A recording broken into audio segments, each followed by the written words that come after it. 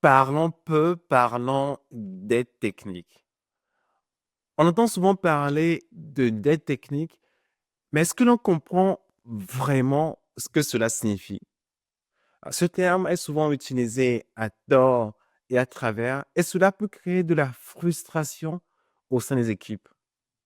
Aujourd'hui, dans cette vidéo, on décrypte ce concept souvent mal compris au travers d'un article que j'ai récemment lu sur Stack Overflow. Il s'agit de cet article, Stop Saying Technical Debt. Euh, Le problème avec ce terme dette technique, c'est qu'il est interprété différemment par chaque personne. Pour les designers, ce concept veut dire une limitation dans la façon dont ils vont réaliser leur vision. Pour les chefs produits, cela veut dire que l'équipe de dev sera encore en retard. Et quant à l'équipe de dev, pour les développeurs, c'est souvent associé à du mauvais code. Résultat, tout le monde est frustré. Mais la dette technique, c'est plus que du mauvais code. Cela peut nous faire croire que les développeurs précédents étaient de mauvais développeurs. Des fois, même si on ne le dit pas, on ne le pense pas moins. Mais en réalité, il peut y avoir des contraintes que les précédents développeurs ils avaient. Et en l'occurrence, ici, dans cet article, des développeurs, ils ont récupéré un code. Ils ont pensé que voilà, ce code est mal écrit, que le code aurait pu être mieux être écrit. Mais en fait, les développeurs qui ont écrit le code, il y avait une contrainte légale qui ont fait qu'ils ont dû stocker l'information de l'utilisateur dans deux bases de données différentes, dans deux tables différentes.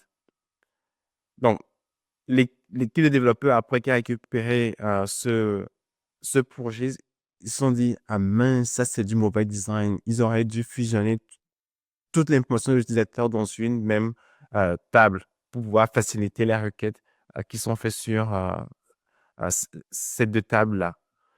Heureusement qu'ils n'ont pas implémenté leur solution parce qu'au final, ils se seraient retrouvés sous le coup de la loi. La plupart du temps, enfin pas la plupart du temps, mais certaines fois, quand certains pensent à des techniques, en fait, c'est plus une façon de pouvoir écrire un code qui match leurs préférences à eux. En, en- En fait, il n'y a pas vraiment une raison technique de pouvoir changer le code, mais ils veulent avoir un style de code dans lequel ils se retrouvent plus facilement. Donc, si un développeur A implémente ce qu'il considère des techniques, il va faire du refactoring. Après, le développeur B va faire du refactoring. Au final, tout le monde en fait se retrouve à faire du refactoring. Donc, le produit n'avance pas vraiment. Et les développeurs, eux, ils se font euh, euh, de la maintenance des techniques. Donc, les chefs de projet se disent, ben, qu'à cela ne tienne, il n'y aura même pas de temps qui sera consacré pour la dette technique parce qu'au final, pour eux, c'est juste une perte de temps. Qu'est-ce qu'il faut faire quand il s'agit de dette technique? J'aime bien ce qui est suggéré ici dans cette section de cet article. C'est d'avoir des métriques bien identifiées pour dire aujourd'hui dans le projet, qu'est-ce qui nous prend beaucoup de temps? Qu'est-ce qu'on peut identifier et qui, une fois mis en application, peut nous permettre en fait de gagner beaucoup plus en productivité au niveau de l'équipe? C'est d'avoir des métriques bien claires et ces métriques nous permettront à l'équipe de savoir qu'est-ce qui peut être mis en priorité au niveau de la maintenance du code.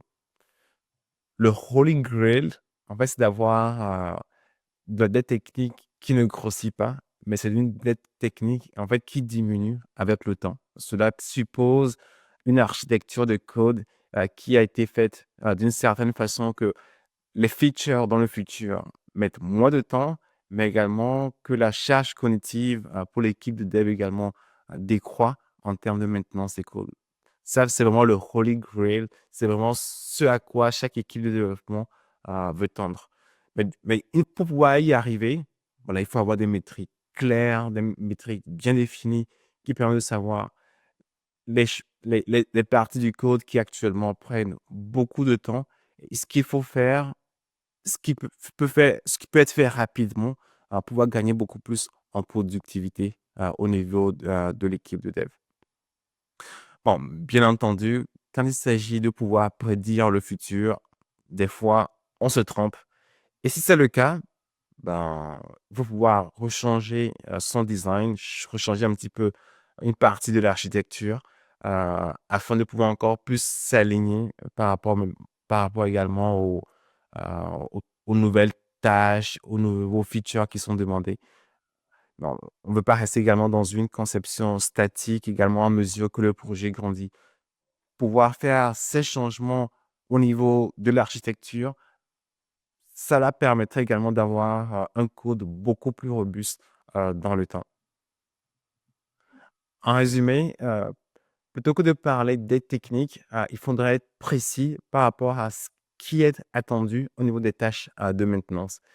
Également, il faudrait avoir des métriques, au niveau de l'équipe pour pouvoir identifier, les tâches qui actuellement prennent beaucoup de temps aux développeurs pour être productifs. Également, pouvoir identifier, les tâches qui, une fois qu'elles seront, complétées, pourront permettre à l'équipe de dev, d'être encore beaucoup, plus productive. J'espère que vous avez aimé, voilà, cette petite vidéo qui parle un petit peu, voilà, de ce qu'on appelle des techniques également qui montre également que ce concept de dette technique peut avoir différentes interprétations, au niveau, enfin, des équipes de dev, également des équipes de design et puis également des chefs, de projet. Également, cette vidéo a montré également pourquoi est-ce que certains chefs de projet peuvent être, réticents, quand ils entendent parler de dette technique parce que pour eux, cela veut juste dire, en fait, une perte de temps, au niveau de l'équipe de dev.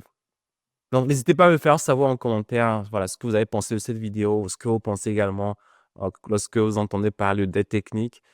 Et puis on se dit à très vite, pour une nouvelle vidéo.